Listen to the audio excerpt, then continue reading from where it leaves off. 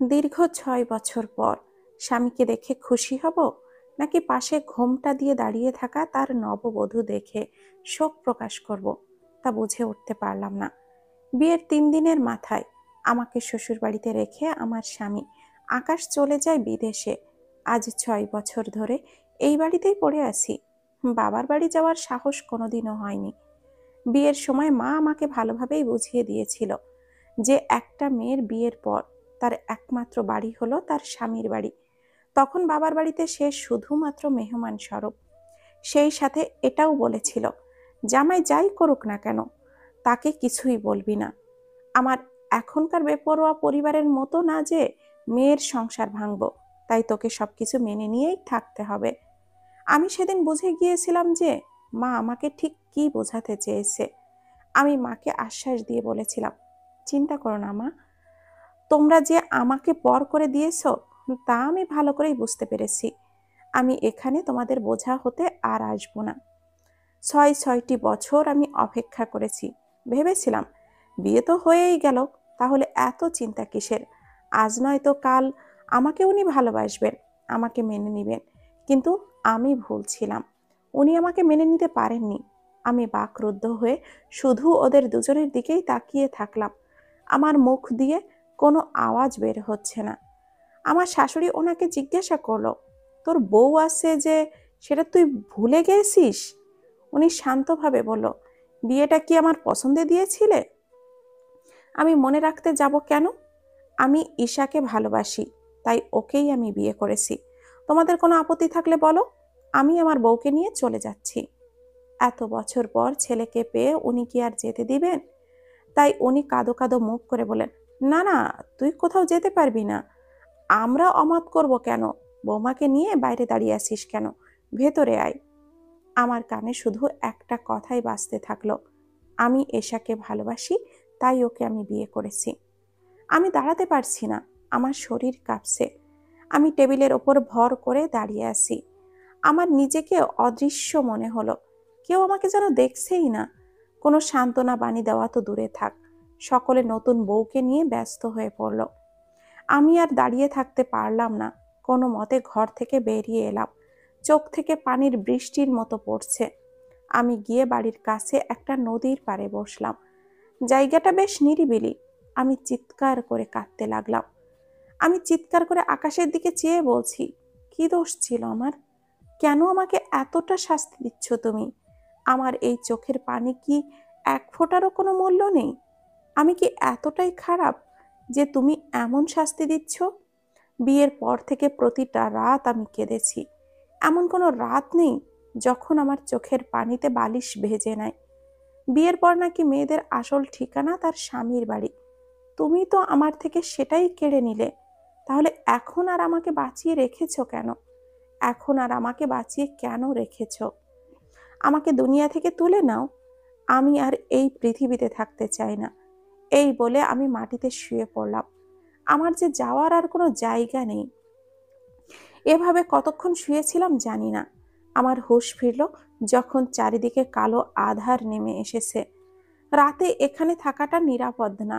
আমি বাড়িতে ফিরে গেলাম। নতুন বউকে পেয়ে আমার কথা বাড়ির সকলেই ভুলে গিয়েছে। আমি যে এতক্ষণ বাড়িতে ছিলাম না তার দিকে কারোরই নজর পড়েনি। যে রুমে আগে আমি থাকতাম এখন সেই রুম অন্য কারোর দখলে। আর এখন এই বাড়িতে আমার কোনো প্রয়োজন নেই। আমি গিয়ে দরজায় টোকা দিলাম। আকাশের স্ত্রী এসে দরজাটা খুলল। আকাশ আর এখন আমার না, তাই আমাদের মধ্যে আর কোনো সম্পর্ক নেই। মেয়েটি আসলেই অনেক সুন্দর। তার সামনে আমি কিছুই না। সে আমার দিকে জিজ্ঞাসু দৃষ্টিতে তাকিয়ে আছে। আমি ইতস্থ করে বললাম, আপনাদের বিরক্ত করার জন্য মাফ করবেন। আসলে এতদিন এখানে আমি থাকতাম তো, তাই আমার জিনিসপত্র এখানেই আছে। যদি কিছু মনে না করেন তাহলে এগুলো নিয়ে যেতাম। সে বলল, ও আচ্ছা, সমস্যা নেই, নিয়ে যেতে পারেন। আমি এদিকে ওদিকে না তাকিয়ে সোজা আলমারির দরজাটা খুলে আমার সবকিছু গোছাতে শুরু করলাম। হঠাৎ উনি বলেন, ক্ষমা করবেন আমাকে। আসলে আমার মতামতের বিরুদ্ধে আমার পরিবার আমাকে বিয়ে দিয়েছিল, তাই আমি আপনাকে মেনে নিতে পারিনি। আপনি চাইলেই এই বাড়িতে থাকতে পারেন, আমার অসুবিধা নেই। আর খুব তাড়াতাড়ি আপনি ডিভোর্স পেপার পেয়ে যাবেন। আমি তার কথা কর্ণপাত করলাম না। সব গোছানো শেষ হলে তার চোখের দিকে তাকিয়ে বললাম, আমাকে দয়া দেখানোর জন্য ধন্যবাদ, কিন্তু আমার দরকার নেই। কথাটি বলে রুম থেকে বেরিয়ে আসলাম। তারপর শাশুড়ি মায়ের কাছে গেলাম। উনি আমাকে দেখে চোরের মতো চোখ এইদিকে ওইদিকে করছেন। আমি ওনার পাশে গিয়ে বসলাম।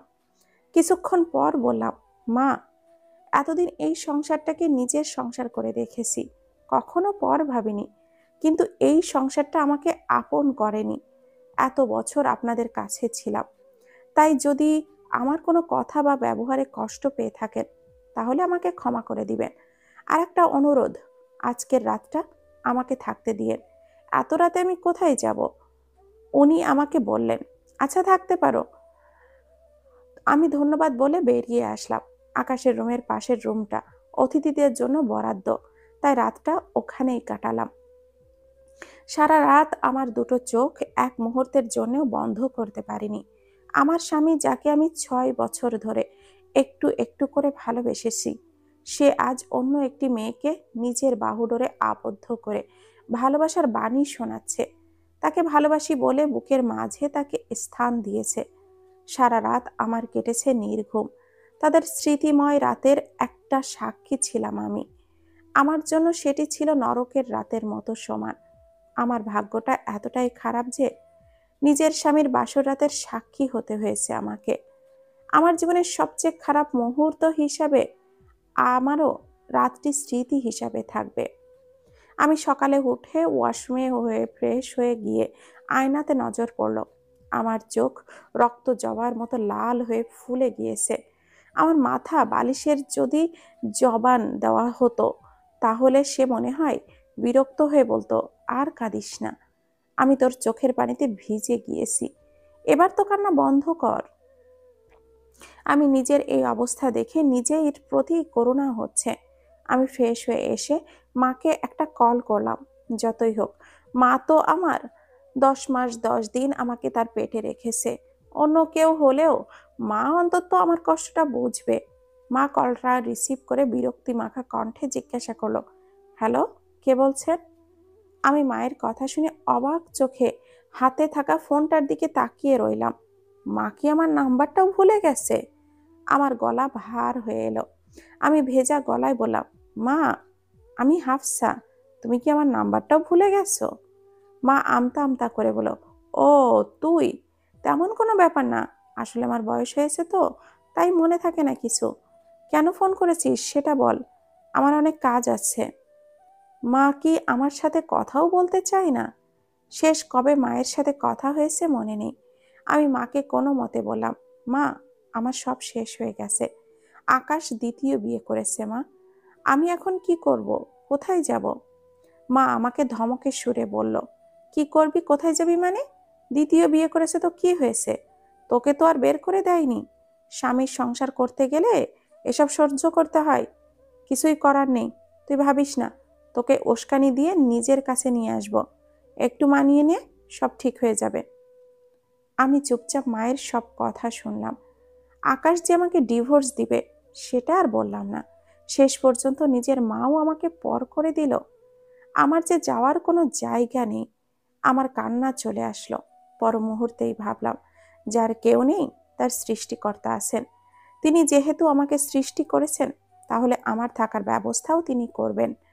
এই ভেবে চোখ মুছে উঠে দাঁড়ালাম। চারিদিকে ভোরের আলো ফোটার সাথে সাথেই আমি বাড়ি ছেড়ে বেরিয়ে আসলাম। বাড়িতে সবাই আরাম করে ঘুমাচ্ছে। আমি অজানা এক গন্তব্যে হাঁটা দিলাম।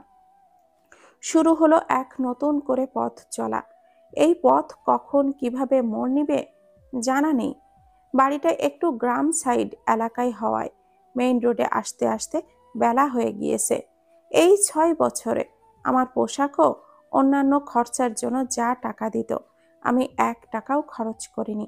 জমিয়েছিলাম আকাশ বাড়ি ফিরলে তাকে এই জমানো টাকা দিয়ে একটা উপহার দেব ভেবে, যা আর বাস্তবে রূপ নিতে পারেনি। টাকাগুলো দিয়ে 2-3 মাস পার করা যাবে। আমি এইসব ভেবে রাস্তা পার হচ্ছিলাম। ঠিক তখনই কেন জানি আমার হাতটা টান দিয়ে রাস্তা পার হয়ে এলো। একটা মেয়েলি কণ্ঠ আমার কানে ভেসে আসলো। মেয়েটি বলছে, আপনি এমন বেপরোয়াভাবে রাস্তায় হাঁটছেন কেন? এক্ষুনিতে একটা ট্রাক এসে আপনাকে উড়িয়ে দিয়ে যেত। আমি মেয়েটির কথা শুনে মুচকি হেসে বললাম, আমি বেঁচে থাকতে চাই না। ট্রাকটা যদি সত্যি আমাকে উড়িয়ে দিত তাহলে অনেক ভালো হতো। মেয়েটি হয়তো আমার থেকে এমন আশা জবাব করেনি সে, তাই কিছুই বুঝতে না পেরে আমার দিকে ড্যাব ড্যাব করে তাকিয়ে রইল। আমি আর বেশি কিছু বললাম না, ধন্যবাদ দিয়ে চলে আসলাম। কিছু দূর যাওয়ার পর মেয়েটি এই আপু, এই আপু বলেই চিৎকার করছে। আমি তার দিকে ঘুরে ভুরু কুঁচকে দাঁড়িয়ে রইলাম। মেয়েটা আমার কাছে এসে হাঁপাতে হাঁপাতে বলল, আপনাকে কখন থেকে ডাকছি, আপনি শুনছেন না কেন? আমাকে ডাকার কারণ? মেয়েটি আমার ওপর নিচ থেকে দেখে বলল, আপনি কি বাড়ি ছেড়ে চলে এসেছেন? আমি সন্দেহের চোখে তার দিকে তাকালাম। সে বুঝতে পেরে একটা মুচকি হেসে বলল, আমি একটা এনজিওতে কাজ করি। কয়েক বছর আগে আমিও আপনার মতো বাড়ি ছেড়ে চলে এসেছিলাম। আপনার কথা শুনে তো তা বুঝতে পারলাম, তাই জিজ্ঞাসা করছি। এনজিওটির নাম শুনে আমার মনে একটা আশার আলো দেখা দিল। আমি মেয়েটির হাত ধরে অনুরোধের সুরে বললাম, আমাকে এনজিওতে থাকার একটা ব্যবস্থা করে দিবেন? আমার থাকার মতো কোনো জায়গা নেই, প্লিজ আমার অনুরোধটা রাখুন। মেয়েটা আমার হাতের ওপরে হাত রেখে বলল, চিন্তা করবেন না, আমি আপনাকে আমাদের এনজিওতে নিয়ে যাব। আপনি সেখানে থেকে কাজ শিখতে পারেন। আমি তার কথা শুনে আল্লাহর কাছে লাখো লাখো শুক্রিয়া আদায় করলাম। মেয়েটি বলল, আমার সাথে আসুন, আপনাকে আমাদের ম্যানেজারের সাথে কথা বলে একটা ব্যবস্থা করে দিব। আমি মুচকি হেসে ধন্যবাদ জানালাম। মেয়েটার সাথে যাওয়ার পথে আমাদের পরিচয় হয়ে গেল। মেয়েটার নাম তিশা, সে বয়সে আমারই মতোই। আমি তাকে জিজ্ঞাসা করলাম, আচ্ছা ওখানে কি কাজ করো তুমি? তিশা কথাটি এড়িয়ে যেতে চাচ্ছে, আমাকে যেন বলতেই চাচ্ছে না। অন্য একটা প্রসঙ্গ তুলতেই আমি বললাম, তোমাকে আমি কিছু একটা জিজ্ঞাসা করেছিলাম, তুমি সেটার এখনো কোনো জবাব দাওনি। তিশা মুখে একটা জোর করে হাসি টেনে বলল, হো সেটা, কাজ তেমন একটা না, আপনি গেলেই নিজেই দেখতে পারবেন। এই বলেই সে চুপচাপ হয়ে গেল। আমি আরো কিছু বলিনি। যেতে যেতে তিশা একটা ছোট গলির মধ্যে ঢুকলো। আমার এখন কেন জানি ভয় করছে। এতক্ষণ আমরা বড় রাস্তায় ছিলাম, তাই অতটাও ভয় করেনি, কিন্তু এখন ভয় করছে। জায়গাটা ভালো মনে হচ্ছে না। কতগুলো কথাগুলো পুরুষ আমার দিকে কেমন যেন লোভাতুর দৃষ্টিতে তাকিয়ে আছে, আর কতগুলো মেয়ে পুরুষের সাথে চিপা চাপা পোশাকে তাদের ওপরে কথায় কথায় হেসে গড়িয়ে পড়ছে। আমার আর বোঝার বাকি রইল না যে এটা একটা পতিতালয়। এই জন্যই কি তিশা আমাকে তার কাজের কথা বলতে চাইছিল না? আমি সৃষ্টিকর্তার কাছে প্রার্থনা করছি এখান থেকে উদ্ধার হওয়ার জন্য। আমি এখান থেকে বের হওয়ার পথ খুঁজছি। আমি সুযোগ বুঝে উল্টো পথে দৌড় লাগালাম। আমি নিজের সর্বোচ্চ দিয়ে দৌড়াচ্ছি। আমাকে এখান থেকে যে করেই হোক বের হতেই হবে। আমি পেছনে একটু তাকাতেই সামনে একটা লোকের সাথে ধাক্কা খেলাম। লোকটা বিশ্রী হাসি দিয়ে বলল, খিমামণি, তোমার রেট কত? দেখতে তো কচি মনে হচ্ছে। আমি আরো বাড়িয়ে দেব, চলো আমার সাথে। এই বলে সে শব্দ করে হেসে উঠল। আমার চোখে পানি চলে আসলো। আমি লোকটাকে আমার হাতে থাকা ব্যাগ দিয়ে জোরে একটা বাড়ি দিয়ে আবারও দৌড় লাগালাম। আর পেছনে তাকালে চলবে না, সামনে ছুটে যেতে হবে। আমি দৌড়াতে দৌড়াতে গলিটার বাহিরে চলে আসলাম। আমি একটা জায়গায় দাঁড়িয়ে হাঁপাতে লাগলাম। দৌড়ানোর ফলে আমার পেট ব্যথা করছে। আমি আল্লাহর কাছে আবারও শুকরিয়া আদায় করলাম। হঠাৎ লোকটা আমাকে একটা বোতলে পানি এগিয়ে দিয়ে বলল, আপনি মনে হয় অনেক ক্লান্ত, পানিটা খেয়ে নিন, ভালো লাগবে। আমি মুখ তুলে লোকটার দিকে তাকালাম। 26 কি 28 বছরের একটা যুবক, চোখে চিকন ফ্রেমের একটা চশমা, চুলগুলো একটা সাইডে ভাঁজ করা, মুখে চাপা দাড়ি, এক কথায় সুদর্শন পুরুষ। আমার দিকে এক বোতল পানি এগিয়ে দাঁড়িয়ে আছে। আমাকে তার দিকে এইভাবে তাকাতে দেখে যুবকটি ভুরু কুঁচকে বলল, কি হলো, নিন। আমার গলাটা শুকিয়ে কাঠ হয়ে আছে। অনুভব করলাম আমার অনেক তৃষ্ণা পেয়েছে। আমি ইতস্থ করে পানির বোতলটা নিলাম, ঢকঢক করে প্রায় পানি খেয়ে নিলাম। অবশিষ্ট পানি তার দিকে এগিয়ে দিতে লোকটা মুচকি হেসে বলল, আপনার কাছে রেখে দিন, আপনার কাজে আসতে পারে। আমি বোতলটা ব্যাগের ভেতরে ঢুকিয়ে রাখলাম। লোকটার দিকে কৃতজ্ঞতার দৃষ্টিতে তাকিয়ে ধন্যবাদ জানালাম। লোকটি মুচকি হেসে চলে গেল। আমি সেখানেই দাঁড়িয়ে ভাবতে লাগলাম, এখন কি করা যায়। বাড়ি থেকে আসার সময় আমার উচ্চ মাধ্যমিকের সার্টিফিকেট নিয়ে এসেছিলাম। এখন কোনো একটা কাজ খুঁজতে হবে। আমি এক রুমের একটা বাসা খুঁজতে খুঁজতে কিছু দূর যেতেই পেয়ে গেলাম। জমানো টাকা থেকে রান্নার প্রয়োজনীয় জিনিসপত্র কিনে ফেললাম। বাসাটা গোছাতে একদিন পার হয়ে গেল। বাজার করে এনে রান্না করে খাওয়া শেষে শুয়ে শুয়ে ভাবছি, এখন থেকে শুরু হলো আমার একার সংসার। জীবন কারোর জন্য থেমে থাকে না, বাকি জীবনটা নিজের মতো করে সাজাবো। এসব ভাবতে ভাবতে কখন যে ঘুমের দেশে চলে গেলাম বুঝতেই পারলাম না। সকালে ঘুম থেকে উঠে হাঁপাতে লাগলাম। খুব বাজে একটা স্বপ্ন দেখেছি। আমাকে চারদিক থেকে অনেকগুলো সাপ ঘিরে ধরেছে। আমি চিৎকার করছি, আমাকে কেউ সাহায্যের জন্য এগিয়ে আসছে না। যখন একটা সাপ আমাকে কামড় দিতে যাবে, তখনই কোথা থেকে একটা আফসা ছায়া এসে আমাকে নিয়ে ওই জায়গায় নিয়ে গেল। ছোট থেকেই আমি সাপকে অনেক ভয় পাই। এই স্বপ্নটা রহস্য বুঝলাম না। ফোনে সময় দেখি 7টা বাজে। আজকে কোনো একটা চাকরির জোগাড় করতেই হবে। তাই এই সব কথা মাথা থেকে ঝেড়ে ফেলে দিয়ে ফ্রেশ হতে উঠে গেলাম। সকাল 10টা বাজে চাকরির খোঁজে বেরিয়ে পড়লাম। হাঁটতে হাঁটতে একটা দৃশ্যে আমার নজর আটকে গেল। আকাশ আর তার স্ত্রীর হাতে হাত ধরে হাসি মুখে গল্প করতে করতে হাঁটছে। দৃশ্যটি দেখে আপনা আপনি আমার চোখটা ঝাপসা হয়ে এলো। তারা আমার দিকে আসতে দেখেই আমি দ্রুত পায়ে অন্য পাশে এসে দাঁড়ালাম। ওরা আমাকে দেখেনি, তারা নিজের মতো করেই হাঁটছে। আমি তাদের যাওয়ার দিকে তাকিয়ে রইলাম। ততক্ষণ তাকিয়ে থাকলাম যতক্ষণ না পর্যন্ত দেখা যায়। হঠাৎ কেউ একজন আমার দিকে রুমাল এগিয়ে দিল। আমি চোখ তুলে তাকাতেই অবাক হয়ে গেলাম, কারণ সেই মানুষটি আর কেউ নয়, যিনি আমাকে পানি দিয়েছিলেন সেই লোকটি। লোকটি আমার দিকে কেমন যেন অদ্ভুতভাবে তাকিয়ে আছে। আমি ইতস্থ করে বললাম, আপনি এখানে? লোকটি আমার ওপর থেকে নিজের দৃষ্টি সরিয়ে বলল, কেন, আমি থাকতে পারি না নাকি? আমি ভ্যাবাচাকা খেয়ে গেলাম। লোকটা এমন টেরা কেন? আমি কোনো মতে বললাম, না আসলে তা নয়, আমার সামনে হঠাৎ দাঁড়িয়েছিলাম তো তাই বললাম। লোকটি ভাবুক কণ্ঠে বলল, আমিও তো তাহলে বলতেই পারি আপনি আমার সামনে দাঁড়িয়েছিলেন। মোটেও না, আমি না, আপনি আমার সামনে এসে দাঁড়িয়েছেন। সে ভুরু উঁচিয়ে বলল, নিজের অবস্থান দেখেন ম্যাডাম। আমি আশেপাশে তাকিয়ে বুঝতে পারলাম সে সত্যি বলছে। আমি কিছুটা অপমানিত বোধ করলাম, তবুও নিজের তেজ বজায় রেখে ঝাঁঝালো কণ্ঠেই বললাম, বুঝলাম, আমি আপনার পথ আটকে দাঁড়িয়েছিলাম, কিন্তু আপনি তো আমাকে পাশ কাটিয়ে চলে যেতেই পারতেন। আমি তো পুরো রাস্তা জুড়ে আর দাঁড়িয়েছিলাম নাকি? সে হেরে যাওয়ার ভান করে বলল, সরি মিস, আমারই ভুল ছিল। কিন্তু আপনি ওই দুজনের দিকে এভাবে তাকিয়েছিলেন কেন? আর আপনার চোখে পানি কেন? আপনার চোখে যে পানি মানায় না মিস। আমি তার কথা শুনে থমকে গেলাম। এভাবে প্রশ্ন করছে যেন মনে হয় আমি তার অনেক আপন কেউ। আমি তীক্ষ্ণ দৃষ্টিতে তার দিকে তাকালাম। সে আমাকে এভাবে তাকিয়ে থাকতে হয়তো আমার মনের কথা বুঝে গেল। তাই একটা মুচকি হাসি দিয়ে এভাবে কেন তাকিয়ে আছেন আমার জানার কৌতূহল জেগেছিল। তাই আমি বললাম, আপনি বলতে না চাইলে সমস্যা নেই। আমি চাপা কণ্ঠে বললাম, অন্যের ব্যক্তিগত জীবন সম্পর্কে কৌতূহল না থাকাই শ্রেয়।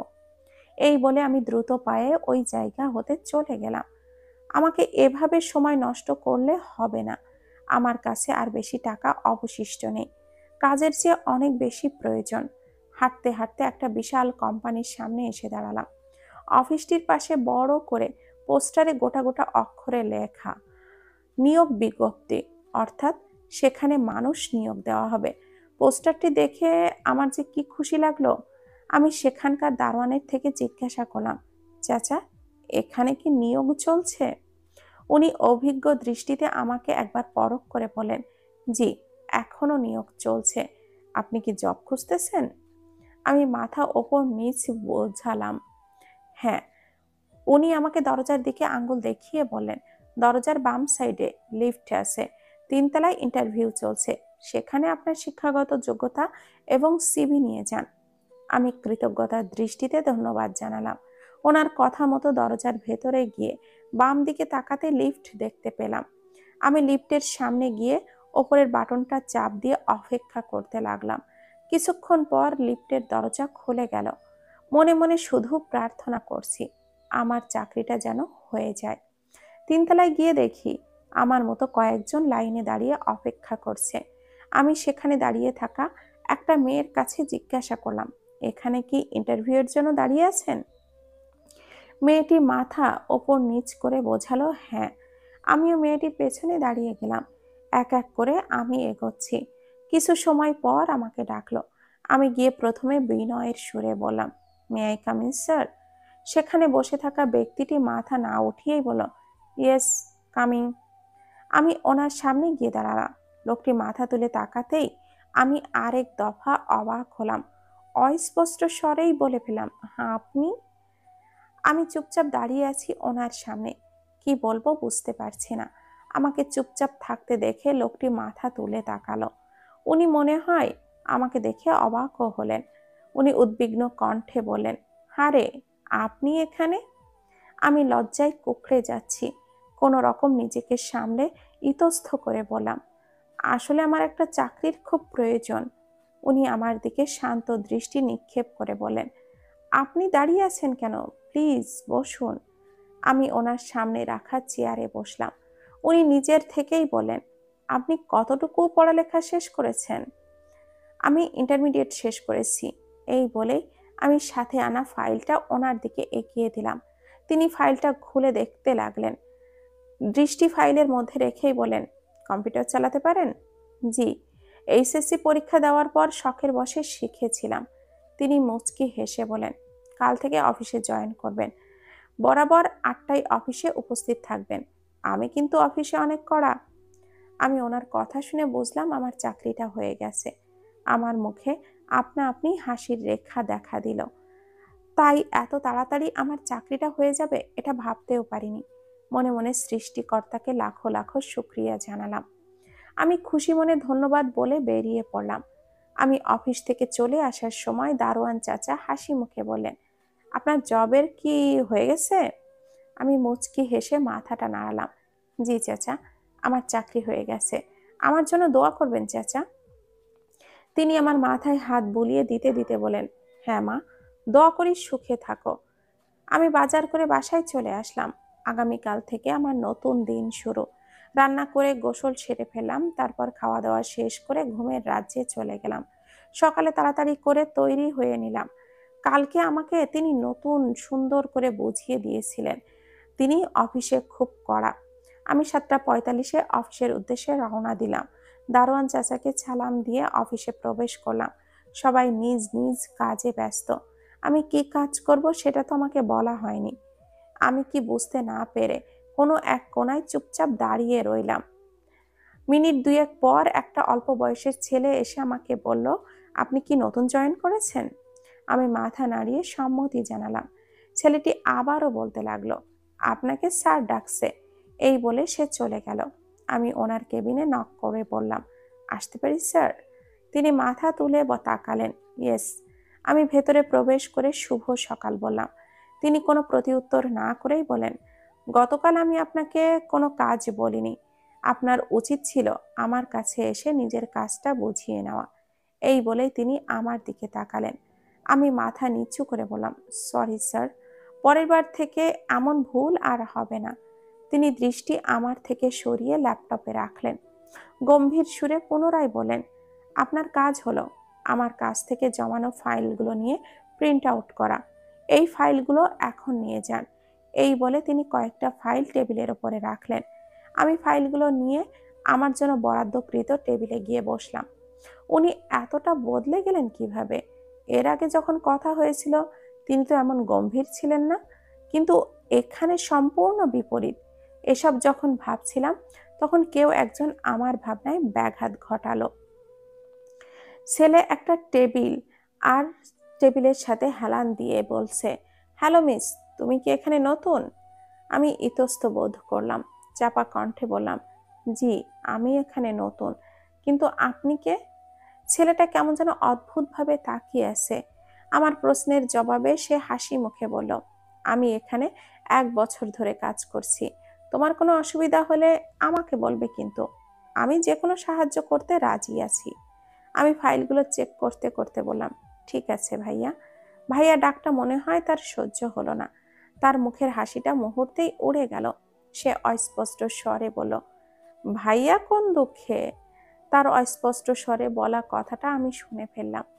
আমি সাধারণভাবেই বললাম, আপনি আমার বয়সে একটু বড়, তাই ভাইয়া বললাম। যদি আপনার পছন্দ না হয় তাহলে চাচা ডাকতে পারি। সে আমার কথা শুনে চোখটা বড় বড় করে ফেলল, কিঞ্চিত চিৎকার করে বলল, চাচা? আমি মাথা দুলিয়ে হ্যাঁ বোঝালাম। সে আমতা আমতা করে বলল, আমার নাম হলো আইমান, তুমি আমার নাম ধরেই ডাকতে পারো। আমি কিছু বলার আগেই কেউ একজন ধমকের সুরে বলল, আপনাদের আড্ডা দেওয়ার ইচ্ছা থাকলে রিজাইন দিয়ে চলে যান। আমার আন্ডারে কাজ করতে হলে এইসব পরিচয় পরিচয় পর্ব করতে পারবেন না। যে যার কাজে গিয়ে মন দেন, আর যেন এসব না দেখি। আমি পেছনে ঘুরে দেখি উনি রাগী দৃষ্টিতে তাকিয়ে আছেন।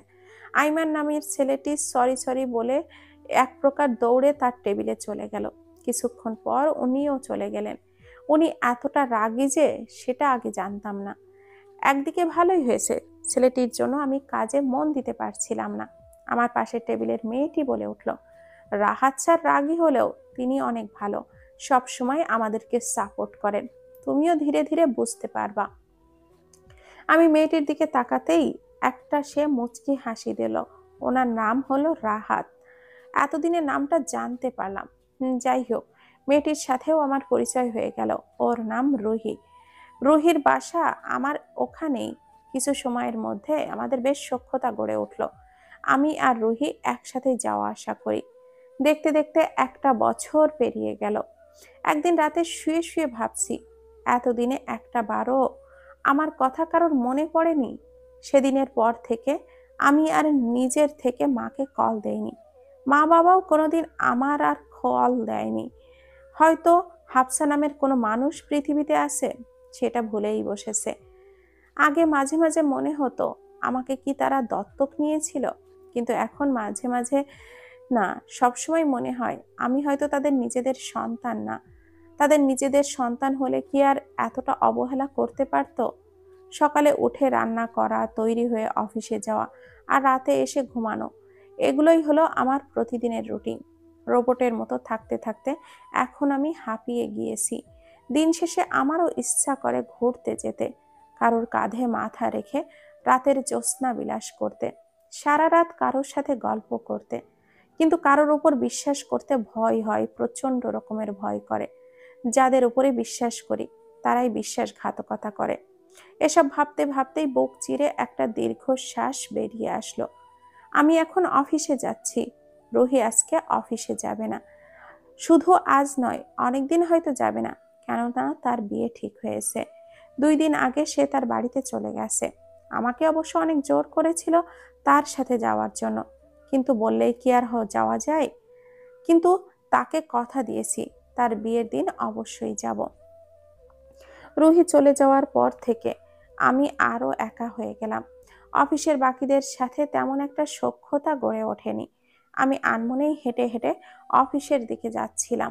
হঠাৎ দেখি রাস্তায় অনেক মানুষের ভিড় দাঁড়িয়ে আছে। আমার মনে কৌতূহল জাগলো। আমি মানুষের ভিড় ঠেলে সামনে গিয়ে বড় ধরনের ধাক্কা খেলাম। নিজের অজান্তে চিৎকার দিয়ে বলে উঠলাম, রাহাত স্যার! আমি ভিড় ঠেলে সামনে দেখি অবাকের শীর্ষে রাহাত স্যারের রক্তাক্ত শরীর আমার সামনে পড়ে আছে। মাথা থেকে রক্ত গড়িয়ে পড়ছে। এত বড় একটা দুর্ঘটনা হওয়ার পরও আশেপাশের মানুষ শুধু দাঁড়িয়ে দাঁড়িয়ে তামাশা দেখছে। সাহায্য করার জন্য কেউ এগিয়ে আসছে না। রাহাত স্যারকে এইভাবে পড়ে থাকতে দেখে আমার পায়ের তলা থেকে যেন মাটি সরে যাচ্ছে। কেননা এই 1 বছরে অনেকটা বন্ধুর মতো হয়ে গেছেন উনি। আমার মাথা পুরো ফাঁকা হয়ে গেল। এক সময় এসব ভাবলে হবে না, ওনাকে হাসপাতালে নিয়ে যেতে হবে। আমি তাড়াতাড়ি করে ওনার পাশে গিয়ে বসলাম। যেখান থেকে রক্ত পড়ছে আমার ওড়নার কিনারা দিয়ে কিছুটা ছিঁড়ে বেঁধে দিয়েছি। এটা অনেকটা মুভির মতো হয়ে গেল, কিন্তু মুভির মতো মিলে গেলেও এটা ছাড়া আর কোনো উপায় ছিল না। আমি একটা সিএনজি ডেকে কয়েকজন লোকের সহযোগিতায় ওনাকে সিএনজিতে ওঠালাম। ওনার শ্বাস অনেক ধীর গতিতে চলছে। আমার মনে অনেক ভয় লাগলো। আল্লাহর কাছে বারবার প্রার্থনা করছি যেন ওনার কিছু না হয়। কিছুক্ষণ পর হাসপাতালে পৌঁছে গেলাম। দুজন ওয়ার্ড বয়ের সাহায্যে একটা ট্রলিতে করে ভেতরে নিয়ে গেল। Doctor K? প্লিজ ডাক্তার আসুন, ওনার চিকিৎসা করানো খুব প্রয়োজন। পাগলের মতো চিৎকার করে ডাক্তারকে ডাকছি। কয়েকজন ডাক্তার দ্রুত এসে ওনাকে একটা রুমে নিয়ে গেল। আমি নিস্তব্ধ হয়ে রুমের বাহিরে দাঁড়িয়ে রইলাম। কিছুক্ষণ পর একটা ডাক্তার দৌড়ে এসে বলল, রোগীর অভিভাবককে? আমি ডাক্তারের কাছে ছুটে গিয়ে বললাম, আমি আমি ওনার অভিভাবক। কি হয়েছে বলুন না প্লিজ ডাক্তার, উনি কি ঠিক আছেন তো? কিছু তো বলুন। বলতে বলতে আমার গলা ভারী হয়ে এলো। কেন জানি খুব কষ্ট হচ্ছে ওনাকে এভাবে দেখতে। আমার সবকিছু কেমন যেন পাগল পাগল লাগছে। ডাক্তার আমাকে শান্ত হতে বললেন, কিন্তু আমার মন কিভাবে শান্ত হবে ওনাকে এই অবস্থায় দেখে? যতক্ষণ না উনি সুস্থ হচ্ছেন ততক্ষণ পর্যন্ত আমি নিজেকে কিছুতেই শান্ত করতে পারবো না। কিন্তু এখন আমাকে ধৈর্য ধরে রাখতে হবে, তাই চুপ করে গেলাম। ডাক্তার এবার বলতে শুরু করলো, ওনার অনেক সিরিয়াস অ্যাক্সিডেন্ট হয়েছে, যার কারণে অনেক ব্লাড বেরিয়ে গেছে। ওনাকে অপারেশন করতে হবে, যার জন্য 2 ব্যাগ রক্ত লাগবে, এবং রিসিপশনে গিয়ে ফর্ম ফিল আপ করে আসুন তাড়াতাড়ি, আমাদের হাতে একদমই সময় নেই। এই বলেই দ্রুত পায়ে তিনি চলে গেলেন। আমার এখন মনে হচ্ছে আমাকে কেন একটা সাগরের মাঝখানে এনে ফেলে দিয়েছে। রক্ত আর টাকা কোথায় পাবো আমি? আমাকে এসব ভাবলে হবে না, যে করেই হোক আমাকে এগুলো জোগাড় করতেই হবে। রাহাত স্যারের রক্তের গ্রুপ যেন কি? ও হ্যাঁ, মনে পড়েছে, এ পজিটিভ। আমার মস্তিষ্ক একটু জোর লাগাতেই রুহির কথা মনে পড়লো। রুহির ব্লাড গ্রুপও তো এ পজিটিভ। আমি তাড়াতাড়ি করে রুহিকে কল করলাম। কয়েকবার রিং পড়ার পর রুহি কলটা রিসিভ করলো। রুহি কলটা রিসিভ করতেই আমি কান্নারত কণ্ঠে বললাম, রুহি, অনেক বড় সর্বনাশ হয়ে গেছে। রুহি বিচলিত হয়ে বলল, কি হয়েছে হাফসা? তুই কান্না করছিস কেন? আমাকে বল প্লিজ। রাহাত স্যার, রাহাত স্যারের অ্যাক্সিডেন্ট হয়েছে রুহি। এই বলেই আবারও কান্না চলে আসলো। আমার কেন এত কষ্ট হচ্ছে? রুহি চিৎকার করে বলল, কি? কিভাবে? কখন? এখন এসব বলার সময় নেই, তুই প্লিজ চলে আয়। ওনার রক্ত লাগবে, ওনার রক্তের গ্রুপ আর তোর রক্তের গ্রুপ একই। প্লিজ রুহি, না হলে ওনাকে অপারেশন করাবো না। আর এই বলেই আমি মুখ চেপে রাখলাম। আমি কথা বলার অবস্থায় নাই। রোহিত সেটা বুঝতে পেরে বলল, তুই চিন্তা করিস না, আমি এক্ষুনি আসছি। এই বলেই সে ফোনটা কেটে দিল। আমি কিছুটা ভরসা পেলাম। তারপর তাড়াতাড়ি করে রিসিপশনে গিয়ে ফর্ম দিতে বলল। ওনাকে ওখানে থাকা মেয়েটি বলল, ম্যাম আপনাকে ফর্ম ফিল আপের জমা দিতে হবে, 3 লাখ টাকা লাগবে। 3 লাখ টাকার কথা শুনে আমি স্তব্ধ হয়ে গেলাম। এত টাকা আমি কোথায় পাবো? আমার মাথা যেন কাজ করা বন্ধ করে দিল। কিন্তু যত টাকাই হোক আমাকে জোগাড় করতে হবে। যা করার তাড়াতাড়ি করতে হবে, বেশি সময় নষ্ট করা যাবে না। বিয়ের সময় বাবা মা আমাকে যে গহনা দিয়েছিল আমি সেগুলো আমার সাথেই নিয়ে এসেছিলাম। আমি জানতাম এক সময় এই গহনাগুলো আমার কাজে আসবে। আমি দ্রুত ঘরে গিয়ে সেই গহনাগুলো নিলাম। তারপর স্বর্ণ অলংকারের দোকানে সব বিক্রি করে দিলাম। সব গহনা বিক্রি করে 4 লক্ষ টাকা আমাকে দিল। আমি দ্রুত হসপিটালে এসে 3 লক্ষ টাকার রিসিপশনে জমা দিলাম। এতক্ষণে রুহিও চলে এসেছে। তাকে নিয়ে ডাক্তারের কাছে গিয়ে রক্ত দিতে গেলাম। রক্ত দেওয়া শেষ হলে অপারেশন করানো শুরু হলো। আমি শুধু আল্লাহর কাছে ওনার সুস্থতা কামনা করছি। রুহি আমাকে সান্ত্বনা দিয়ে বলল, চিন্তা করিস না হাফসা, স্যার সুস্থ হয়ে যাবেন। আর তুই কি ওনার পরিবারের কাউকে খবর দিয়েছিলি? এতক্ষণ পর ওর কথা শুনে আমার টনক নড়ল। আমি তো কাউকেই কিছুই বলিনি। আর তাছাড়া এত খবর দেওয়ার সময়ও তো ছিল না। দ্রুত ওনাকে অপারেশন করাতে হতো, এইসব আমার মাথায় আসেনি। আমি রুহিকে বললাম, এত কিছু তো আমার মাথায় ছিল না। তাছাড়া ওনার পরিবারের কারো নাম্বারও তো নেই আমার কাছে। স্যারের ফোন হয়তো রাস্তাতেই পড়ে আছে। রুহি আমার অবস্থা বুঝতে পেরে বলল, আচ্ছা তুই এত ভাবিস না, স্যারের বোনের সাথে আমার যোগাযোগ ছিল, ওর নাম্বারটা আছে আমার কাছে, আমি ফোন করে জানিয়ে দিচ্ছি। এই বলেই সে কোথায় যেন চলে গেল, আর আমি অপারেশন থিয়েটারের সামনে দাঁড়িয়ে থাকলাম। রুহি কিছুক্ষণ পর এসে বলল, আমি কল করে জানিয়েছি, ওরা কিছুক্ষণের মধ্যেই এখানে এসে পৌঁছে যাবে। আর এখন আমাকে যেতে হবে রে, কিছু মনে করিস না। আমি কৃতজ্ঞতার দৃষ্টিতে তাকিয়ে বললাম, তোকে অনেক অনেক ধন্যবাদ রুহি, তোর এত খুশির দিনেও আমি তোকে এত প্রেশার দিচ্ছি, আমাকে মাফ করে দিস প্লিজ। সে রাগী স্বরে বলল, এভাবে আরেকবার বললে আমি আর কখনো তোর সাথে কথা বলবো না, বলে দিচ্ছি। আমি একটু মুচকি হেসে বললাম, আচ্ছা আর বলবো না, তুই এবার যা। রুহিও একটা মুচকি হেসে বিদায় জানিয়ে চলে গেল। প্রায় আধা ঘন্টা পর ওনার পরিবারের সবাই দৌড়ে অপারেশন থিয়েটারের সামনে আসলো। একটা ভদ্র মহিলা আমার কাছে এসে কান্না করতে করতে জিজ্ঞাসা করলো, আমার ছেলেটা কোথায় আছে, ওর কি হয়েছে বলো না প্লিজ, ওর কিছু হবে না তো? এই বলেই সেই মহিলা অঝরে কাঁদতে লাগলো। আমারও আবারও চোখে পানি চলে আসলো। একটা মেয়ে এগিয়ে এসে ওনাকে ধরে একটা বেঞ্চে বসালো। ভদ্র মহিলাটি মেয়েটিকে জড়িয়ে ধরে বলতে লাগলো, এ কি হলো রে রাহা, আমার ছেলেটার কি হয়ে গেল? রাহার চোখেও পানি স্পষ্ট। সে তার মায়ের মাথায় হাত বুলিয়ে দিতে দিতে বলতে লাগলো, তুমি এভাবে ভেঙে পড়লে আমাদেরকে কে সামলাবে মা? তোমাকে তো এখন বেশি শক্ত থাকতে হবে, তাই না মা? তুমি তো আমাদের শক্তি। হঠাৎ ওনার কি যেন হলো, চোখ মুছে উঠে দাঁড়ালেন। তারপর ধীর পায়ে আমার কাছে এসে দাঁড়ালেন। পরিবারের সবাই বিস্মিত চোখে ওনার দিকে চেয়ে আছে। উনি কি করতে চাইছেন তা হয়তো সকলে বোঝার চেষ্টা করছে। তিনি ভেজা কণ্ঠে বললেন, তুমি কে মা? মা সম্বোধনটা শুনে আমি আর নিজেকে আটকে রাখতে পারলাম না। আমার মা কখনো আমাকে এত মায়া করে ডাকেনি। শব্দ করে কেঁদে ফেললাম। ওনারা হতবাক হয়ে আমার দিকে তাকিয়ে রইলেন।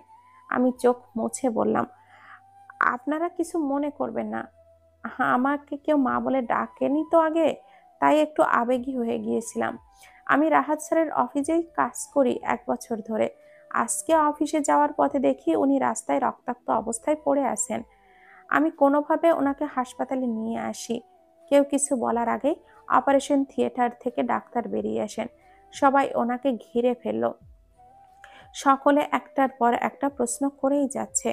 তিনি সকলকে থামিয়ে দিয়ে বলেন, দেখুন, আপনারা সবাই শান্ত হন। আমরা আমাদের সর্বোচ্চ চেষ্টা করেছি। এখন 48 ঘন্টার মধ্যে ওনার জ্ঞান না আসা পর্যন্ত আমরা কিছু বলতে পারছি না।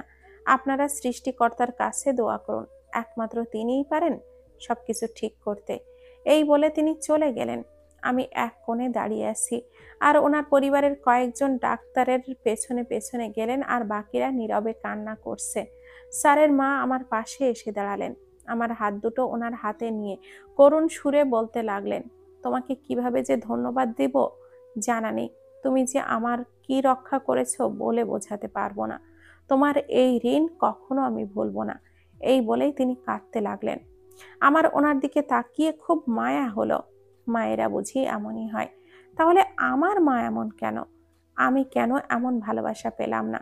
এইসব ভাবতেই আমার চোখটা ঝাপসা হয়ে উঠল। আমি ওনার চোখের পানি মুছে দিয়ে বললাম, এভাবে বলবেন না আন্টি, মানুষ তো মানুষের জন্যই। ধন্যবাদ আমাকে নয়, উপরওয়ালাকে দিন। তখন ওই রাস্তা দিয়ে না গেলে আমি কি আর ওনাকে দেখতাম? এখন আপনাদের শক্ত হতে হবে, একমাত্র আল্লাহই পারেন ওনাকে সুস্থ করে দিতে। উনি একটা মুচকি হাসি দিয়ে আমাকে জড়িয়ে ধরলেন। আমার জীবনে এমন ভালোবাসা আর পাইনি। আমিও ওনাকে আবেগে জড়িয়ে ধরলাম। রাহাত স্যারের জ্ঞান ফিরেছে 2 দিন পর। এই 2 দিন আমি হসপিটালে ছিলাম। কেন জানি ওনাকে দেখা ছাড়া আমি ফিরে যেতে ইচ্ছে করছিল না। ওনার পরিবারের সবাই আমাকে বলেছিল বাসায় গিয়ে রেস্ট করতে, কিন্তু আমার মন কিছুতেই সায় দিচ্ছিল না, তাই চলে যেতে পারিনি। কিন্তু এই 2 দিনে স্যারের মায়ের সাথে আমার ওনার বোন মানে রাহার সাথেও আমার বেশ সখ্যতা গড়ে উঠেছে, তাই আর তেমন একটা অসুবিধা হয়নি। যখন ওনার জ্ঞান ফিরেছে তখন এতটা খুশি হয়েছিলাম যে আমার চোখে পানি চলে এসেছিল, কিন্তু তা কারোর নজরে আসার পূর্বেই আমি লুকিয়ে মুছে নিলাম। ওনার হুঁশ আসার কথা শুনে সবাই ওনার কাছে চলে গেলেও আমি দরজার সামনে দাঁড়িয়ে থাকলাম। কেন যেন সাহস হলো না ওনার সামনে যাওয়ার। আমি বাহির থেকে দেখেই আমার মনটাকে শান্ত করলাম। কিছুক্ষণ পর আমি নিঃশব্দে হসপিটাল থেকে চলে আসলাম। ওনাকে দেখে আমার অভিমান হচ্ছে অনেক। উনি কি সাবধানে হাঁটতে পারেন না? আল্লাহ, মানুষকে চোখ দুটো কেন দিয়েছেন? দেখে চলার জন্যই তো নাকি? উনি কি চোখ পেছনে নিয়ে হাঁটছিলেন? এসব বিড়বিড় করতে করতে হাঁটছিলাম। যদি সেই দিন ওনার কিছু হয়ে যেত? কথাটি মনে আসতেই আমার বুকটা কেঁপে উঠল। আনমনেই রাস্তার পাশ দিয়ে হাঁটছিলাম, তখনই কারোর সাথে ধাক্কা খেলাম। আরে, চোখ কি হাতে নিয়ে ঘোরেন নাকি? কি জোরে ধাক্কাটাই না মারলো! বলতে বলতেই সামনে তাকিয়ে অবাক অস্পষ্ট স্বরে বললাম, আকাশ। আকাশ মাথা চুলকে বলল, আসলে আমি দেখতে পাইনি, সরি। আমি কিছু না বলেই চলে যেতে নিলাম। আকাশ আমার পথ আটকে দাঁড়ালো। আমি বিরক্তির চোখে তার দিকে তাকালাম। সে একটা মেয়েকে হাসি দিয়ে বলল, বিরক্ত করার জন্য সরি। আসলে আপনি সকাল সকাল কাউকে না বলে চলে এসেছিলেন তো, তাই আপনার কাছ থেকে ভালোভাবে ক্ষমাও চাইতে পারিনি। আর আপনার দেনমোহরের টাকাটাও তো পরিশোধ করতে পারিনি। আপনি যে এত তাড়াতাড়ি চলে যাবেন তা অনুমান করতে পারিনি। তাই আমি তার কথা থামিয়ে দিয়ে একটা তাচ্ছিলের হাসি দিয়ে বললাম, আপনার দেনমোহর আমি মাফ করে দিয়েছি। আর আমি ডিভোর্স পেপার অনেক আগেই তৈরি করে রেখেছি, শুধুমাত্র ব্যস্ততার কারণে আপনার কাছে পৌঁছে দিতে পারিনি। চিন্তিত হওয়ার কিছু নেই, কিছুদিনের মাঝে আপনার কাছে পৌঁছে যাবে। আমি সই করে দিয়েছি, আপনিও সইটা করে কোর্টে পাঠিয়ে দিয়েন। এই বলেই চলে যেতে নিয়েও পিছু ফিরে তার সামনে গিয়ে দাঁড়ালাম। একটা মুচকি হাসি দিয়ে বললাম, আপনাকে ধন্যবাদ আমাকে আমার মতো করে বাঁচতে দেওয়ার সুযোগ করে দেওয়ার জন্য। তারপর আর সেখানে দাঁড়ালাম না, দ্রুত পায়ে হাঁটা লাগালাম। আমার খারাপ লাগছে না, কিন্তু একটা সময় আকাশ নামের এই ছেলেটাকে মনে প্রাণে স্বামী হিসাবে মেনে নিয়েছিলাম। আমি ভুলে যাওয়ার যতই চেষ্টা করি না কেন, স্মৃতি থেকে তো আর মুছে ফেলা সম্ভব নয়। দীর্ঘ 6 বছরের সংসারটাকে তো আর চাইলে জীবন থেকে সরিয়ে ফেলা যায় না। সেই সংসার না করলেও আমি তো করেছি। একটা বছর পর সেই মুখটাকে আবারও আমার চোখের সামনে আসার কারণে আগের স্মৃতিগুলো আমার চোখের সামনে ভেসে উঠল। সাথে বুক চিরে বেরিয়ে আসলো একটা দীর্ঘশ্বাস। আমি বাসায় এসেই বিছানায় ঠাস করে শুয়ে পড়লাম। শরীর যেন আর বিন্দু মাত্র শক্তি অবশিষ্ট নেই। গত 3 দিন ওনার দুশ্চিন্তায় চোখের পাতা একেবারের জন্যও এক করতে পারিনি। বিছানায় গাটা এলিয়ে দিতেই চোখ দুটো বন্ধ হয়ে আসলো। সকালে উঠে তাড়াতাড়ি তৈরি হয়ে অফিসে গেলাম। 3 দিন ধরে অফিসে যাই না। অফিসে পৌঁছে চেয়ারে একটু হেলান দিয়ে বসতেই আইমান নামের ছেলেটি আমার সামনে এসে হাজির হলো। আমি ভুরু কুঁচকে তাকাতেই সে বলে উঠল, এতদিন কোথায় ছিলে? অফিসে আসোনি কেন? জানো কত টেনশন হচ্ছিল আমার। আমি তাকে থামিয়ে দিয়ে বললাম, আমার জন্য এত চিন্তা করার জন্য ধন্যবাদ, কিন্তু আমার জন্য আপনার এত টেনশন করতে হবে না ভাইয়া, নিজের চিন্তা করুন। আমার কথা শুনে তার মুখটা মলিন হয়ে গেল। আর কিছু না বলে সে তার নিজের স্থানে চলে গেল। আমার কিছুটা খারাপ লাগলো। আমি কি বেশি রুড বিহেভ করে ফেলেছি? তিনি তো আর খারাপ কিছু বলেননি, কলিগ হিসাবে জিজ্ঞাসা করতেই পারেন। আমার লজ্জিত অনুভূত হতেই ঠিক করলাম যাওয়ার সময় ক্ষমা চেয়ে নিব। অফিস ছুটি হয়ে যাওয়ার সাথে সাথে আমি আইমানের কাছে গেলাম। আইমান আমাকে এড়িয়ে যেতে নিলে আমি তার সামনে গিয়ে দাঁড়ালাম। সে ভুরু কুঁচকে আমার দিকে তাকিয়ে রইল। আমি ইতস্থ করে বললাম, আমার তখন ওভাবে বলা উচিত হয়নি। অফিসের কলিগ হিসাবে জিজ্ঞাসা করতেই পারেন, কিন্তু তখন আসলে খুব ক্লান্ত ছিলাম তো, তাই রুড বিহেভ করে ফেলেছি। আমাকে ছোট বোন হিসাবে ক্ষমা করে দিবেন। আইমান সুন্দর একটা হাসি দিয়ে বলল, ক্ষমা করতে পারি, কিন্তু ছোট বোন হিসাবে নয়, বন্ধু হিসাবে। আমার একটা ছোট বোন আছে, তার ভাগ আমি কাউকে দিতে পারবো না। আমি একটা মুচকি হাসি দিয়ে বললাম, ঠিক আছে, রাজি। তারপর এভাবে কয়েকটা দিন চলে গেল। এর মধ্যে আকাশকে ডিভোর্স পেপার পাঠিয়ে দিয়েছি। আমি এবার পরিপূর্ণভাবে মুক্ত। রাহার সাথে আমার প্রতিদিনই কথা হয়। সেই দিন তাদের না বলে চলে আসার জন্য অনেক ঝাড়ি খেয়েছি। শুধু একবার না, কয়েক দফা ঝাড়ি মেরেছে মা মেয়ে মিলে। রাহার মা অর্থাৎ রাহেলা বেগম আমাকে ওনার নিজের মেয়ের মতো শাসন করে, আবার ভালোবাসে। আমি মাঝে মাঝে খুব অবাক হই, এমন মানুষও আছে পৃথিবীতে যেখানে নিজের মাই ভালোবাসে না, সেখানে ওনার ছেলের একজন কর্মচারী হয়ে তিনি মায়ের ভালোবাসা দেন। রাহার কাছ থেকে স্যারের প্রতিদিনের খোঁজ নেওয়া যেন এই কয়দিনের রুটিন হয়ে গিয়েছে। আমার এমন উৎকণ্ঠা দেখে রাহা একবার জিজ্ঞাসা করেই ফেলেছিল, হাফসা আপু, ডাল মে কুছ কালা নেহি তো হয়ে। আমি তখন কি বলবো বুঝতেছিলাম না। আমি কিছু না বলেই কলটা কেটে দিয়েছিলাম। এর উত্তর আমার নিজের কাছেও নেই। আমি নিজেকেই প্রশ্ন করি, এসব আমি কেন করছি? উনি তো আমার কেউ নন। তখন আবার আমার মন প্রশ্ন করে, আসলে কেউ না উনি? আমি আর কিছুই ভাবতে পারি না। কি হচ্ছে আমার সাথে? আমি কিছু জানি না, কিচ্ছু না। রাহাত স্যারের অনুপস্থিতিতে ওনার বাবা অফিসটা নিয়ন্ত্রণ করছেন। সবার মুখে শুনেছি এই অফিসটা রাহাত স্যারের বাবা বানিয়েছিলেন। ওনার নাম আজমল হাসান। তার প্রতিটি কষ্টের বিন্দু কণা এই ভবনের সাথে মিশে আছে। ওনার এখন বেশ বয়স হয়েছে। ওনার 2 ছেলে 1 মেয়ে। বড় ছেলে আহসান হাসান বিয়ে করে বিদেশে পাড়ি জমিয়েছে, আর ছোট ছেলে রাহাত শাওন আরজ এখানে এখনো বিয়ে করেননি।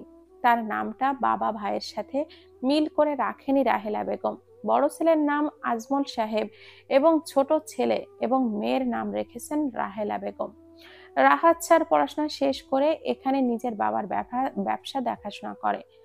আর সবার ছোট মেয়ে আশফিয়া আফসা রাহা এখনো পড়ালেখা করছে, এইবার এইচএসসি পরীক্ষার্থী। রাহাত স্যার যতদিন না সুস্থ হচ্ছে ততদিন আজমল সাহেব ব্যবসা দেখাশোনা করবেন। আজ 1 মাস হলো স্যার অফিসে আসেন না। ওনাকে নিজের চোখের সামনে দেখি না কতদিন। ওনাকে একটাবার দেখার আশায় আমার মন ব্যাকুল হয়ে আছে, কিন্তু আমার এই আশা যে নিষিদ্ধ আশা ছাড়া আর কিছুই না। কিন্তু মন কি আর সেটা বোঝে? আমি জানি আমার আশা কখনোই পূরণ হবে না। উনি আমার বস, আর আমি একজন সামান্য কর্মচারী। তাছাড়া আমি একজন ডিভোর্সি। সব জিনিস যে পেতে হবে তা কেন নয়। আমি রাহার মতো একজন বোন পেয়েছি, রাহেলা বেগমের মতো একজন মা পেয়েছি। এতটুকুতেই যথেষ্ট আমার জন্য। ওনাকে দেখেই না হয় আমার চোখের তৃষ্ণা মেটাবো। আর কিছুই চাই না আমি। এভাবেই কাটিয়ে দিব আমার বাকিটা জীবন। পুরো 1 মাস পর আজ ওনার দেখা মিলবে তা কল্পনাও করিনি। আমি আইমানের সাথে অল্প একটু গল্প করছিলাম। মাঝে মাঝে কাজ করতে করতে হাঁপিয়ে উঠি। তখন তিনি আমার সঙ্গ দেন। কিছুটা গল্প করে। তিনি মানুষটা বেশ রসিক, মুহূর্তে যে কারোরই মন ভালো করে দিতে পারেন। মানুষ হিসেবে তিনি খুব ভালো। সপ্তাহখানেক আগেই রুহি ফিরে এসেছে। আমার খুশি আর দেখে কে। রুহি এখন দেখতে আরো বেশি সুন্দর হয়ে গেছে। আমি শুধু তাকিয়ে বলি, কিরে রুহি, তুই তো অনেক সুন্দরী হয়ে গেছিস। দুলাভাই কি তোর দিকে না তাকিয়ে থাকতে পারে? তখন রুহি লজ্জায় লাল নীল হয়ে যায়। আজকে অফিসে এসেছে রুহি। আমি আর আইমান মিলে একটা বই নিয়ে আলোচনা করছিলাম। তখনই রাহাত স্যারের আগমন ঘটে। আমি তখন আইমানের একটা ফানি কথা শুনে হাসতেছিলাম। পেছন থেকে হঠাৎ রাহাত স্যার বলে ওঠেন, বাহ, ভালোই তো গল্প হচ্ছে এখানে। এতদিন পর ওনার আওয়াজে শুনে থমকে গেলাম। আমি কি স্বপ্ন দেখছি নাকি ভুল শুনছি? নিশ্চিত হওয়ার জন্য পেছনে ঘুরে তাকাতেই দেখতে পাই প্রিয় মানুষটির মুখ, যার দেখা পাওয়ার জন্য আমার মনটা দীর্ঘদিন ধরে ব্যাকুল হয়ে আছে। তিনি গম্ভীর সুরে বললেন, আপনাদের সবার আরামের দিন শেষ। আমি ফিরে এসেছি। আমি যেন আর কারোর কাজে হেয়ালি না দেখি। আর আইমান সাহেব, আপনার কাজের স্থান এটা বলে তো আমার মনে হচ্ছে না। আইমান থতমত খেয়ে গেল। সে আমতা আমতা করে বলল, সরি সরি স্যার, আমি এক্ষুনি আমার টেবিলে যাচ্ছি। এই বলে সে তড়িঘড়ি করে চলে গেল। আইমান যাওয়ার পর রাহাত স্যার আমার দিকে ঘুরে তাকালেন, শক্ত কণ্ঠে বলেন, মিস হাফসা, আমার কেবিনে আসুন। এই বলে তিনি গটগট করে চলে গেলেন। আমি আমার জায়গায় ঠায় দাঁড়িয়ে রইলাম। রুহি আমাকে হালকা ধাক্কা দিয়ে বলল, মিস হাফসা, আপনাকে স্যার যেতে বলেছেন। আমি তার দিকে কটমট করে তাকিয়ে বলতে লাগলাম, তোকে তো আমি এসে দেখে নিচ্ছি। এই বলে রাহাত স্যারের কেবিনে যাওয়ার উদ্দেশ্যে পা বাড়ালাম। May I come in sir? দরজায় দাঁড়িয়ে থাকতে দেখে বললাম। তিনি মনে হয় আমারই অপেক্ষায় ছিলেন। তিনি শান্ত দৃষ্টি নিক্ষেপ করে বললেন, ইয়েস, কামিং। আমি ওনার সামনে মাথা নিচু করে দাঁড়িয়ে আছি। উনি আমার একদম সামনাসামনি এসে দাঁড়ালেন। ওনার এত কাছে আসতেই আমার নিঃশ্বাস যেন আটকে গেল। চোখ তুলে তাকানোর সাহস হলো না। তিনি গম্ভীর কণ্ঠে বলেন, আমার সাথে হাসপাতালে দেখা না করে চলে এসেছিলে কেন? আমি ওনার কথায় কি উত্তর দিব ভেবে পেলাম না। আমি আমতা আমতা করে বললাম, "ও, কোন কোন হাসপাতালের কথা বলছেন আপনি?" তিনি একটা মুচকি হাসি দিয়ে বলেন, আমাকে মিথ্যা বলে পালাতে পারবে না হাফসা। আমি সবকিছু জানি। তুমি আমার জন্য কি কি করেছো সবকিছু। এমনটা কেন করলে হাফসা? কেন এত কিছু করলে বলো?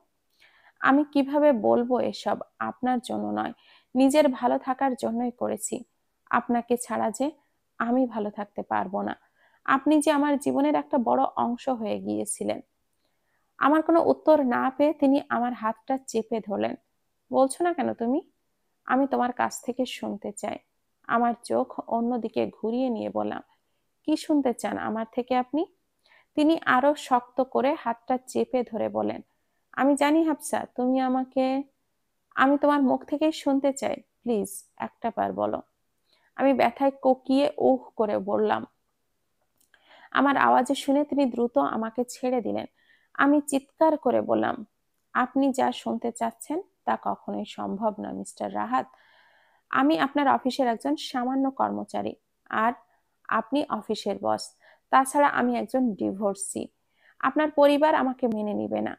আমি ওনাদের বিশ্বাস ভাঙতে পারবো না। এই বলেই আমি আমার টেবিলে চলে আসলাম। রুহি আমাকে জিজ্ঞাসা করলো, কি রে হাফসা, তোকে এমন দেখাচ্ছে কেন? কিছু কি হয়েছে? আমি হাসার চেষ্টা করলাম। না রে, কিছু হয়নি, এমনি ভালো লাগছে না। তুই চিন্তা করিস না তো। সারাটা দিন আমার বিষণ্ণতায় কাটলো। ভালো লাগছে না কিছুই। সন্ধ্যায় কোনোভাবে বাসায় চলে গেলাম। সেখানে গিয়ে আমি তো অবাকের শীর্ষে পৌঁছে গেলাম। আমার বাসার দরজার সামনে রাহাত স্যার ওনার পুরো পরিবার নিয়ে দাঁড়িয়ে আছেন। আমি বিস্ময়ের চোখে স্যারের দিকে তাকাতেই তিনি একটা ডেভিল মার্কা হাসি দিলেন। রাহেলা বেগম আমাকে দেখে হাসি মুখে এগিয়ে আসলেন। আমি ওনাকে সালাম দিলাম। তিনি সালাম নিয়ে আমাকে ধমকের সুরে বললেন, অফিস থেকে বাসায় আসতে এতক্ষণ লাগে? আমি কি বলবো বুঝতে পারলাম না। আমি অন্য দিনের তুলনায় আজকে ইচ্ছে করেই দেরি করে বাসায় ফিরেছি। মন ভালো ছিল না, তাই বাসায় আসার পথে যে নদীটা পড়ে সেখানেই এতক্ষণ বসেছিলাম। নিজের ভেতরের চাপা অনুভূতিগুলো কিছুটা কমাতে বৃথা চেষ্টা চালিয়ে গেলাম। আমি হাসার চেষ্টা করে বললাম, আসলে রাস্তায় খুব জ্যাম ছিল তো, তাই দেরি হয়ে গেছে। রাহাত স্যার মাঝখান থেকে জোরে হেসে বলতে লাগলেন, মা, ও মিথ্যা বলছে। আমিও তো একই পথেই এসেছি, একটুও জ্যাম ছিল না রাস্তায়। আমি ওনার দিকে রাগী দৃষ্টিতে তাকাতেই তিনি অন্যদিকে চোখ ঘুরিয়ে নিলেন। মনে মনে ওনাকে সাবান ছাড়াই ধোলাই করছি। হঠাৎ রাহেলা বেগম আমার কান মলে দিয়ে বলেন, মায়ের সাথে মিথ্যা বলা, তাই না? আমি করুণ চোখে তাকিয়ে বললাম, ব্যথা করছে আন্টি, প্লিজ এবারের মতো মাফ করে দিন, এরকম আর হবে না। তিনি আমার কানটা ছেড়ে দিয়ে আদেশের সুরে বলেন, দরজাটা এবার খোল। আমাদের আর বাহিরে কতক্ষণ দাঁড় করিয়ে রাখবি? আমি তখন লজ্জায় লাল হয়ে গেলাম। তড়িঘড়ি করে তালাটা খুলে দিয়ে ওনাদেরকে ভেতরে আসতে বললাম। রাহাত স্যার, রাহেলা বেগম, আজমল হাসান এবং রাহা এসেছে। আমি তাদেরকে বসতে দিয়ে খাবারের ব্যবস্থা করতে নিলেই রাহেলা বেগম আমার হাত ধরে ওনার পাশে বসিয়ে দিলেন। আমি কিছু বলার আগেই তিনি এমন একটা কথা বললেন যা শোনার জন্য আমি মোটেও প্রস্তুত ছিলাম না। আমার একটা অনুরোধ রাখবি রে মা? আমি বললাম, এভাবে কেন বলছেন আন্টি? আপনি আমাকে অনুরোধ নয়, আদেশ করুন। তিনি আমার কথায় কিছুটা ভরসা পেলেন। মুখে একটা হাসির রেখা টেনে বলেন, আমি তোর মুখে আর আন্টি ডাকটা নয়, মা ডাক শুনতে চাই। আমি তোকে আমার ছোট ছেলের বউ করে নিয়ে যেতে চাই। আমি ওনার কথা শুনে থমকে গেলাম। আমি কি জবাব দেব বুঝতে পারলাম না। আমাকে নিরুত্তর দেখে তিনি করুণ সুরে বলতে লাগলেন, প্লিজ না করিস না। আমি অনেক আশা নিয়েই তোর কাছে এসেছি। খালি হাতে ফিরিয়ে দিস না এই মাকে। আমার এখন কি করা উচিত? আমি কিছুক্ষণ চুপ থেকে বললাম, আপনারা আমার অতীত সম্পর্কে অবগত নন, তাই তো এই অনুরোধটা করছেন। আমি কিছু লুকাতে চাই না আপনাদের কাছ থেকে।